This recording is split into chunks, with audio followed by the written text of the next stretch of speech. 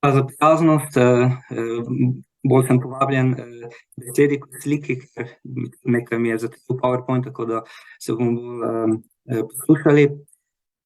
Hvala tudi za priložnost, da lahko predstavim moj članek. Namen članka, kot omenjeno, je podati pregled pojmovanja vojne v tradicionalnem judovstvu. Namreč zastavlja se vprašanje, ali tradicionalno judovstvo, kot ga predstavljata Mišna in Talmud, ki črpata iz Tore, pozna koncept svete vojne. Ali je tovrstna vojna dovoljena in celo nekaj, k čemur se spodbuja. Naša temeljna teza gre v smer, da judovstvo vsekakor pozna konceptualne značilnosti tega, kar lahko pojmujemo kot sveta vojna. V tem oziru izstopa svetopisemski pogled na vojno, temelječ na zakletvi ali sveti prepovedi v sklopu hebrejskega izraza herem. Toda rabinsko judovstvo je razumevanje tega pojma omejilo na specifične zgodovinske okoliščine in zato danes ne služi več kot model za vojskovanje v judovstvu. Naša teza torej sledi tradicionalnemu nauku o vojni, ki so ga razvili judovski učenjaki antike in srednjega veka. Ob zavedanju kompleksnosti tematike si ne domišljam, da lahko judovsko pojmovanje vojne v celoti obdelam v enem prispevku. Osredotočam se samo na temeljna besedila judovske religije in pri tem puščam odprto marsikatero kontroverzno vprašanje, ki je tako povezano s politično situacijo moderne države Izrael in palestinskega prebivalstva. Toda kljub tem omejitvam lahko na podlagi prej omenjenih religioznih besedil s precejšnjo mero gotovosti zatrdimo, da je sveta vojna vsaj težko združljiva, če ne celo nezdružljiva z judovsko vero. Ob tem si še dovolimo kratko pojasnitev besedne zveze sveta vojna. Zavedamo se, da tovrstnega pojma ni mogoče najti v tradicionalnih religioznih spisih, da res lahko marsikomu povzroči upravičene pomisleke. Kljub temu menimo, da je iz čisto praktičnih in nepolitičnih ozirov možno pod tem pojmom razpravljati o vprašanju nasilja na religiozni osnovi. Roy Van Firestone v svoji izčrpni študiji, na katero se močno opiramo, trdi, da je uporaba pojma sveta vojna upravičena v religiološkem kontekstu, saj označuje pojav, ki je prisoten v vseh abrahamskih religijah, ravno ni eksplicitno poimenovan na tak način. Sveta vojna zato pomeni naslednje: organizirano množično nasilje, ki je usmerjeno proti nasprotnim skupnostim in osnovano na tem, kar se razume kot božje dovoljenje ali nadnaravna avtoriteta. To je najbolj temeljna definicija svete vojne. Vojna, ki je upravičena z božansko avtoriteto. Tej splošni definiciji sledimo tudi mi. Naš prehod skozi razvoj judovskega pojmovanja vojne moramo začeti pri hebrejskem svetem pismu, v katerem vojna seveda ni neznana stvar. Vojaški spopadi so del pripovedi pomembnih svetopisemskih oseb, kot so Mojzes, Jozue, Gideon, David in tako dalje. Knjižje, ki služi kot poglavitno vodilo judovskega življenja in nudi tudi monoteistični temelj krščanstva in islamu, spregovori tudi o vojni. Še posebej pomemben svetopisemski vir za judovsko razmišljanje o tej tematiki so besedila v Deuteronomiju oziroma 5. Mojzesovi knjigi. Razlagalci pogosto izpostavljajo 7. in 20. poglavje 5. Mojzesove knjige, kjer je mogoče opaziti zametke bolj sistematične obravnave vprašanja vojne in vojskovanja. V teh besedilih beremo naslednje. Gospod tvoj Bog ti je v deželo, katero greš, da jo vzameš v las in pred teboj prežene mnoge narode, Hetejce, Girgašejce in tako dalje, 7 narodov, številnejših in močnejših od tebe, in ti jih Gospod tvoj Bog izroči in jih boš premagal, jih odločno pokončaj z zakletvijo. Izhodiščna svetopisemska besedila torej poznajo in sprejemajo koncept svete vojne, čeprav to poimenujejo na drugačen način s pojmom herem. Ta označuje vojno uničenja pod božjo zakletvijo ali sveto prepovedjo, usmerjeno proti malikovalskim ljudstvom. Religiozno obarvanost vojne, sicer ni prozelitska, lahko zberemo na vsaj 3 načine. Prvič, Bog je tisti, ki se v vojni bojuje na strani svojega ljudstva, kar je vidno že v dogodku Eksodusa, ko Bog prek Mojzesa utopi egiptovsko vojsko. Bog se bori za Izrael in ta se bori z njim in z njegovo pomočjo. Drugič, zmaga kot poraz sta izraz božje volje ali drugače rečeno slabe volje Boga v primeru poraza, ko Bog kaznuje svoj narod zaradi njegove pomanjkljive vere. Primer tega je babilonska osvojitev Jeruzalema leta 586 pred Kristusom in posledično izgnanstvo. Tretjič, Izrael se ni boril samo z Bogom, ampak posebno tudi za Boga v pomenu, ki presega zgolj materialne razloge za vojno, kot je plen, teritorij in tako dalje, in ima pred seboj ohranitev neomadeževane vere v Boga in njegovo pravičnost. Toda potrebno je izpostaviti, da na Svetopismu tudi kaže, da vsaka vojna ni bila enako zaznamovana s sakralnim. Slediti je mogoče biblični razvoj pojmovanja svete vojne, ki postaja če dalje manj stvar prakse in če dalje bolj stvar ideala, ki ga je gojilo izraelsko ljudstvo, živeče v izgnanstvu, ki mu je bila odvzeta politična in vojaška moč. Prav tako je mogoče opaziti, da se motivacija za vojno počasi premika iz religiozne sfere v posvetno. Namreč vojskovanja pod ukazom Božje zakletve ni mogoče zaslediti v vojnah izraelskih kraljev, kot sta David in Salomon. Lahko morda govorimo o vojni, o bibličnem pojmovanju vojne v oziru na njene različne stopnje. Od stopnje Herema, ki je sveta vojna ne samo zapovedana, ampak tudi neizogibna in totalna, do pragmatičnih vojn Salomona, ki so primarnega pomena, teritorijalni in politični interesi, religiozni motivi pa so šele sekundarni. Vojskovanje na temelju svete prepovedi se torej kaže kot posebna oblika vojne, ki predpostavlja tudi posebno intenziteto dojemanja svetega. Herem nekako štrli splošne podobe vojn hebrejskega naroda in je povezan z borbo za pravo monoteistično vero. Mistični vir Petroknjižja sporoča, da je malikovalske narode potrebno uničiti skupaj z njihovimi maliki, a samo tiste, ki so specifično določeni in z ohranitvijo njihove lastnine za potrebe plena. Starejših jehovističnih besedil torej je heremsko vojskovanje manj regulirano in dejansko vodi v popolno uničenje vsega, kar na to duhovniški vir torej interpretira v pomenu občestvene daritve Bogu. Deuteronomistični herem tako je do določene mere racionaliziran. Pomen svete vojne je v uničenju malikovalstva kot škodljive ideje in prakse pokvarjenih narodov. Živino in pridelke je brezpredmetno uničevati, prav tako mesta.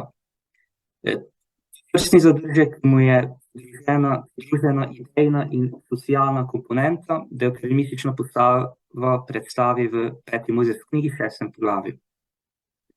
Poseben preobrat pa ponudijo tudi proroška besedila, kot beremo v Jeremiji, ki pravi: Tako govori Gospod nad vojskami, ker niste poslušali mojih besed, glejte, pošljem po vse rodove z severa, govori Gospod, in po babilonskega kralja Nebukadnezarja, pripeljenih na to deželo in nad njene prebivalce in nad vse te narode naokrog, pokončam jih z zakletvijo, herem, in jih naredim za grozo, v zasmeh in večno opustošenje.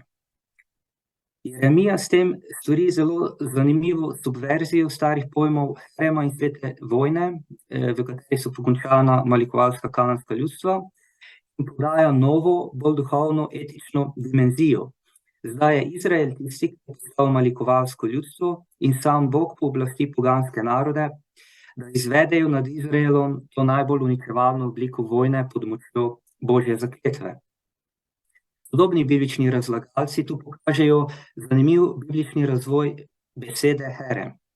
Začne se s sistemitskim pojmovanjem misterioznosti svetega, nadaljuje se z darujočo se občestveno zaobljubo svetemu, dobi vojaški izraz svete vojne, ki postane potem radikalni boj proti malikovalski veri in se nato zaključi s preroškim opozorilom, da lahko sveta vojna zadene tudi tiste, ki samo mislijo, da so sveti. Sakralno razumljena vojna je tako postavljena kot ogledalo za moralni in duhovni propad bibličnega Izraela. Vrstno smer interpretacije ubere in nadalje razvija tudi rabinsko judovstvo. Tako veliki razlagalci babilonskega Talmuda vidijo herem samo še kot pravno formalno dejanje izobčenja, kar je zelo podobno krščanskemu pojmovanju izobčenja pod izrazom anatema. Ohranjeni so torej biblični pomeni herema v kontekstu sakralnega, opuščeno pa je militaristično pojmovanje. Herem oziroma zakletev je v rabinskem judovstvu Mišne in Talmuda še vedno ukrep za čistost vere, toda namesto vojne za versko integriteto skupnosti postane izključno pravniški ukrep izobčenja heretičnega posameznika iz skupnosti. Prstno judovsko distanciranje od skrajnih oblik na religiji osnovane vojne ni bilo naključje, niti ne arbitrarna odločitev rabinov. Rabinsko judovstvo je bilo primorano razmisliti o drugačnih možnostih razumevanja vojne, zaradi izkušnje katastrofalnih vojaških porazov ob koncu 1. stoletja in začetku 2. stoletja. Rimsko cesarstvo izbrisalo zadnje ostanke Izraelove politične enovitosti in avtonomije. Takšno brezdomno stanje, brez lastne vojaške in politične moči je bilo v marsičem hujše od babilonskega izgnanstva in je trajalo skoraj 2000 leti do vzpostavitve moderne države Izrael leta 1948. V tem času si Judje preprosto niso mogli več privoščiti nove, na sakralnosti temelječe vojne. Ker torej za rabinsko judovstvo po uničenju templja leta 70 herem več ni merodajna norma za nobeno obliko vojne, je to treba v judovstvu opredeliti nekoliko drugače in z drugimi pojmi ter koncepti. V kontekstu te izgube politično-vojaške moči so rabini v Mišni in Talmudu izrisali dva koncepta, ki pojasnjujeta mesto vojne. Koncept je ploški in definira dve obliki vojne. Ena oblika vojne je milhemet mitzva, ki lahko prevedemo kot zapovedana oziroma obvezna vojna. Druga oblika vojne pa je milhemet rešut, to je izbirna ali neobvezna vojna. Ta koncepcija rabinskega pogleda na vojno pa je povezana s tako imenovano trojno obljubo, da Judje ne bodo več skušali po lastni odločitvi nasilno osvojiti svete dežele, ampak bodo tovrstno odločitev prepustili Bogu. Na kratko še stavimo obe koncepciji. Veliki rabi Jehuda v jeruzalemskem oziroma palestinskem Talmudu razlaga, da imajo obrambne vojne Judov status od Boga zapovedane ali obvezne vojne, in s tem se Jehuda tudi znova približa sakralnemu utemeljevanju. Toda po drugi strani daje drugačno stališče babilonski Talmud, ki ima za večino Judov tudi največjo veljavnost. Rabinski razlagalci v babilonskem Talmudu tako vidijo zgolj Jozuetovo vojno v pomenu zapovedi in obveze. Niti obrambna vojna ne more biti pojmovana kot sveta ali zapovedana vojna, saj direktno ne v pomenu dobesedne izpolnitve Božjega ukaza. Vse druge vojne, ki jih bojujejo izraelski kralji, pa spadajo pod tip nezapovedane vojne in so tako stvar strateške presoje in izbire. Sem uvrščajo tudi preventivno vojno. Rabinski učenjaki na ta način niso ukinili avtoritete Deuteronomija ali relativizirali pomena Tore kot take. Ena od poglavitnih značilnosti judovske misli je prav sposobnost vedno novega osmišljanja in razvijanja določenih Tore.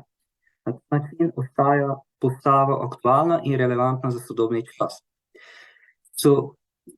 Antični srednjeveški rabini hoteli, da svetopisemska zapoved uničenja kanaanskih ljudstev ostaja relevantna, so jo morali videti kot obvezujočo zapoved. Ampak so se hkrati zavedali, da zdravorazumska presoja stempelskega časa ne dopušča uporabe svete vojne, so tovrstno zapoved videli kot specifično za čas, ki je minil, ter predvsem kot ideal za neokrnjeno monoteistično vero. V prvem konceptu, ki zadeva talmudsko tipologijo vojn, je torej pojmovanje svete vojne tako zamejeno, v praktičnem smislu ni mogoče govoriti, da judovstvo od 2. stoletja naprej predvideva uporabo od Boga avtorizirane vojne. Koncept, ki postavi še eno oviro nasilnim interpretacijam, je povezan s specifično obljubo Izraela, ki jo kot omenjeno Mišna opredeljuje kot 3 zaobljube. Obljuba je, da si Judje ne bodo pridobili obljubljene dežele z nasilno invazijo, ampak po mirni poti in postopoma. Druga obljuba je, da se Judje ne bodo nasilno upirali tako imenovanim narodom sveta. Tretja obljuba zadeva te narode sveta, ki Bog poziva, naj ne preganjajo Judov.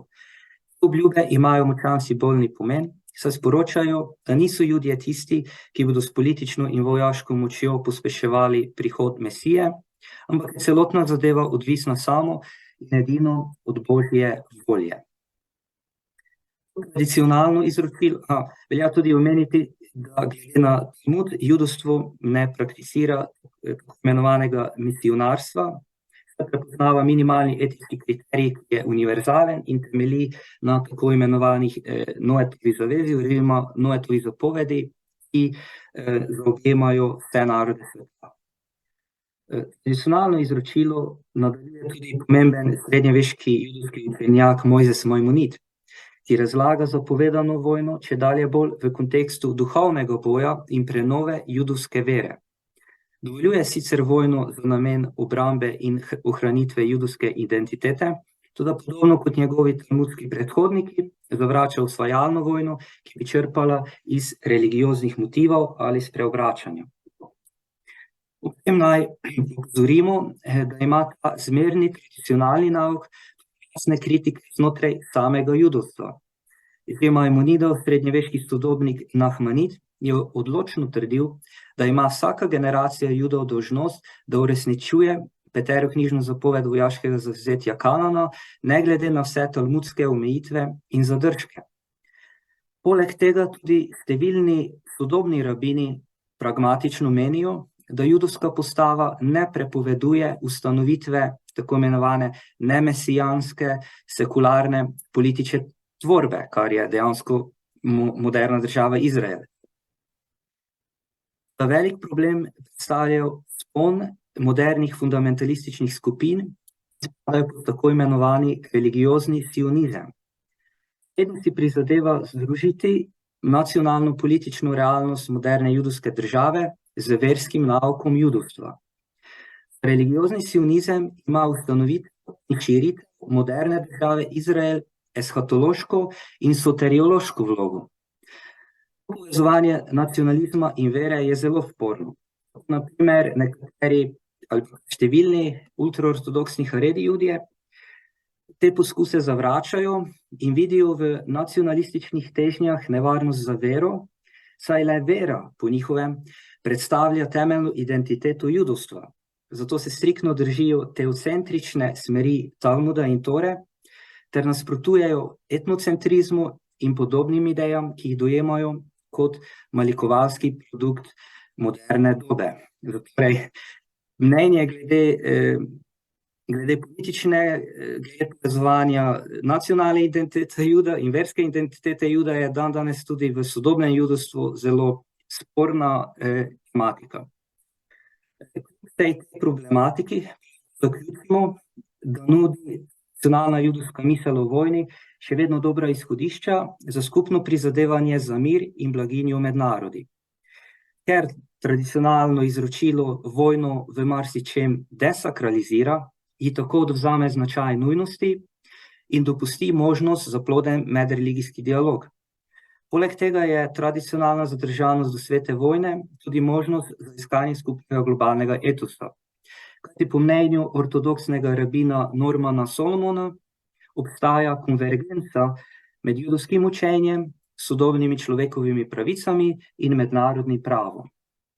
Našo uvodno tezo smo lahko obdržali, hebrejsko svetopismo in Talmud ne moreta biti izhodišče za versko osnovano nasilje, ampak ravno nasprotno. Spodbujata nas k takim interpretacijam in religioznim praksam, ki delajo za mir in ne za vojno. S tem tudi zaključujem mojo predstavitev. Hvala za pozornost.